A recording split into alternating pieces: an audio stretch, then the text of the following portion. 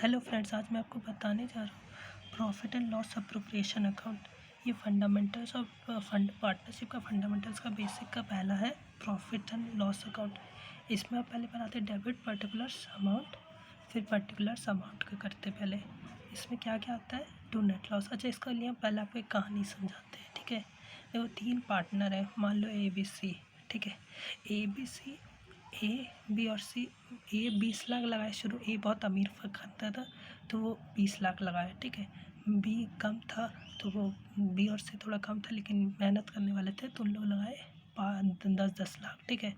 तो अब क्या हुआ कि चला उन लोग, फिर बी क्या करता था, बी वहाँ पर एक मैनेजर था तो मैनेजर का काम करता था और वहाँ पर तो वो मैनेजर का सैलरी रहा उसका, ठीक है। और सी जो है वो सेल पर्सन था तो वो अपना सेल कमीशन लेता था। तो अब देखो, ये जो प्रॉफिट एंड लॉस ना, पहले जब एक बार क्या हुआ कि इन लोग तीनों में इन लोग में लड़ाई हो गया, मान लो इन लोग के बीच में अनबन चलने लगा, ये थोड़ा ज़्यादा घूमने लगा तो इन लोग के में अनबन चलने लगा।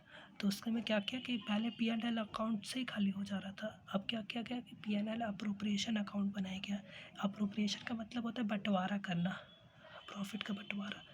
तो फिर अब क्या किया गया, तो अब क्या है, वो जो P&L का जो नेट प्रॉफिट आता था ना वो इधर आ गया, अगर नेट लॉस हुआ तो इधर आता है। फिर देखो, तो इंटरेस्ट ऑन कैपिटल, ए अपना कैपिटल मांगा, ए बी सी तीनों, तो अपना उनका कैपिटल निकला इंटरेस्ट। फिर सैलरी, बी का सैलरी, इस केस में बी का है, लेकिन जो ए बी सी जिसका जैसा सैलरी अगर मंथली वाइज है तो उसको 12 से मल्टीप्लाई कर देना, और ये पर एनम लिखा है तब उसको किसी चीज़ से मल्टीप्लाई नहीं करना पड़ता है। टू कमीशन, सी का कमीशन मान लो, यहाँ पर हम तीनों का कमीशन दिखा दी कि किसी का भी कमीशन एग्जाम्पल। फिर देखो उसके बाद क्या होता है, ये सब चीज़ें। और फिर देखो नेट प्रॉफिट में ना 3 चीज़ माइनस होता है, ये ना चार्ज होता है, या अप्रोप्रिएशन अकाउंट है ना चार्ज होता है, माने जिसको देना ज़रूरी होता है। तो ये P&L अकाउंट का होता है, लेकिन इसके लिए आप क्या P&L अकाउंट, मैंने अब क्लास 12 में आपको P&L अकाउंट नहीं पूछा जाता है, पर उसका 3 चीज़ आपको माइनस करना पड़ता है यहाँ का नेट प्रॉफिट से, ठीक है। अगर क्वेश्चन में दे दिया तो पहले interest on partners loan, partner का कोई लोन में है तो उसका इंटरेस्ट को माइनस करना पड़ता है। फिर मैनेजर सैलरी, माने अगर मैनेजर का सैलरी, वहाँ कोई मैनेजर है, कोई कंपनी का कोई आदमी है जो दूसरा कर रहा है, यहाँ पर एम्प्लॉय का सैलरी बताए ना, यहाँ एम्प्लॉय माने यहाँ पर पार्टनर ही मैनेजर था तो यहाँ पर ये लगाए गए। तो लेकिन अगर एम्प्लॉय सैलरी है, एम्प्लॉयर मैनेजर है तो उसका manager salary, rent paid, rent तो देना ज़रूरी होता है, तो उन तीनों को माइनस करके जो आता है वो लिखा जाता है यहाँ पर भी। और हम लोग एक चीज़ पार्टनर से लेते हैं, वो चीज़ होता है इंटरेस्ट ऑन ड्राइंग।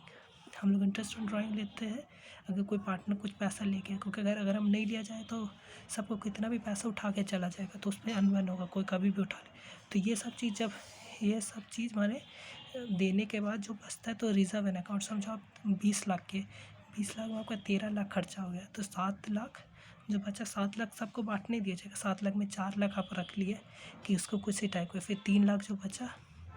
देखो, रिज़र्व 3 टाइप के होते हैं, WCR workman compensation reserve, IFR investment fluctuation reserve और जनरल रिज़र्व, ठीक है। इसका आगे भी बनाएंगे। फिर 2 डिवीज़न का प्रॉफिट, अगर प्रॉफिट आया तो इस साइड आता है ट्रांसफ़र टू कैपिटल और करेंट अकाउंट, कैपिटल और करेंट अकाउंट बताएंगे। और फिर ABC में फिर by divisible loss, transfer to capital और करेंट अकाउंट ABC। फिर दोनों का आंसर निकला और यहाँ पर हो गया। Thank you friend, please like and subscribe. इसका फ़ोटो खींच लीजिए फ्रेंड।